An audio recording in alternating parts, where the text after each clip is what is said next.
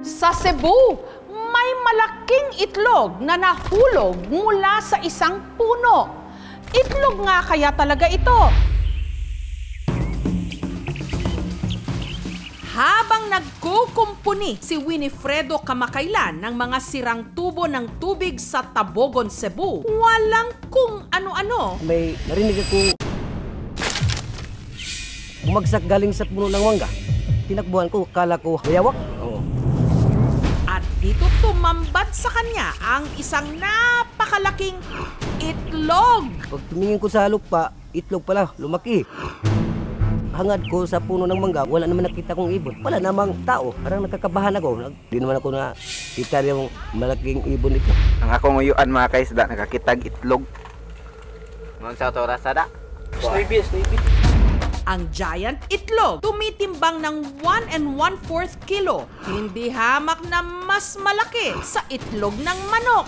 Bilohaba, makapalang shell, at dirty white na manilaw-nilaw. Magtubig. Muna hibong pamigunsa ni. Malangsa. Baong antod. Lumalabas na parang puti-puti. Baka itlog ng alien. Itlog ng kapre. Alien. Baka nahulog sa galing sa ispisip. Murag dinosaur. Bunga sa kuan. Yung liging itlog gali. May humahawak sa itlog. Baka ba swerte daw. Itlog sa... No, yan, itlog yan. Alala na magamot mo. Kuha gid siya. Ang uban hindi mawak, baka malas. Kato ko ng dragon. Ari tagi. Dinosaur. Sabi-sabi namin ito na among luto. Yung sabi ng iba, wag. Hindi natin alam mo ano yan. Ang giant itlog, itinabi muna ni Winifredo sa tray na may sapin at takip. Iniingatan pagka bababasag. Sa tingin ko parang buwek. Dahil misteryoso daw, galing daw ito sa mga di natin nakikitang mga tao. Ibig sabihin lang mga engkanto, galing sa langit, galing sa spaceship.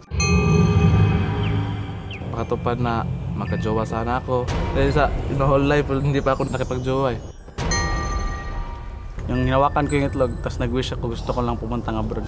Pero ano nga bang klase ng itlog ito? Parang Jurassic. Mas palagi ko parang itlog ng crocodile. Baka itlog ni Lolong.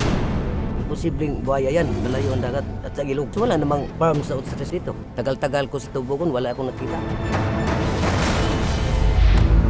Dahil dito, sa pangunguna ng DNR sa Region 7 at nina Dr. Glenn Perez, Chief Veterinarian, at si Richelle Avila, Breeding Research Head ng Cebu Safari, sinuri ang giant itlog.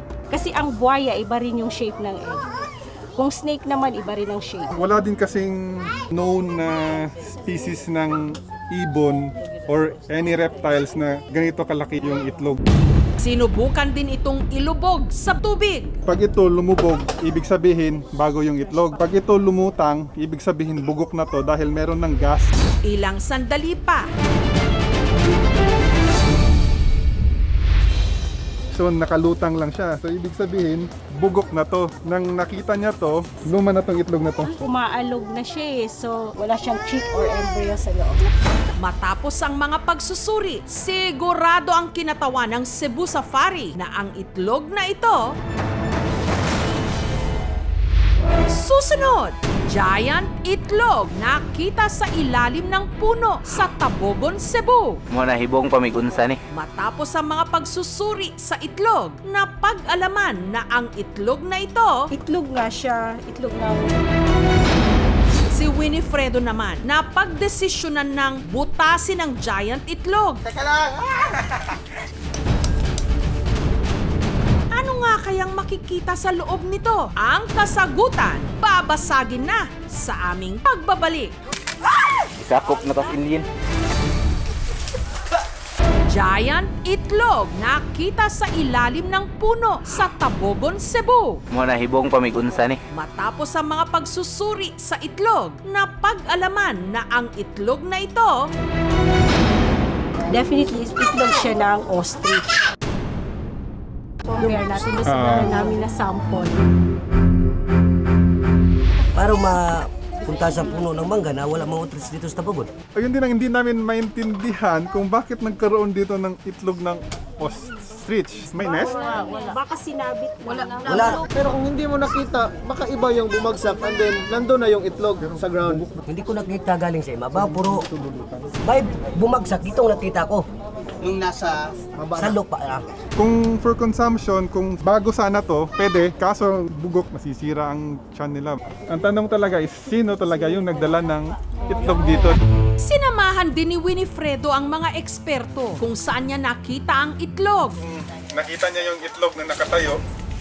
Ibig sabihin, nilagay talaga. Magtubig.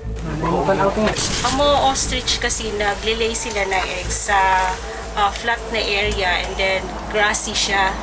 So sa ganitong lugar, hindi favorable sa kanila. Based on our record, walang permitted dito sa area na may ostrich in position po. Baka if yung may alaga ng ostrich, hindi na to napisa and then ibinigay or sa pilitang kinuha or binenta. As per investigation conducted, sir, wala naman pong naghahalaga ng ostrich dito. Pag wala silang mga documents galing sa DENR, sir, managot sila, sir. May karapatan po yung parusa sa base sa RA 9147, may penalties po.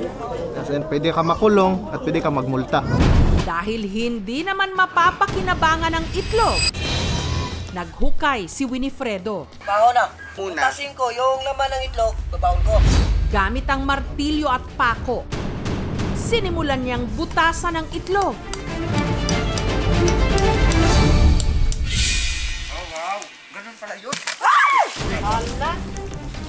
Bugtog rin siya. Bugtog talaga. Sumabog pa. Pinutasan kong maliit. Ito. Wasak na wasak.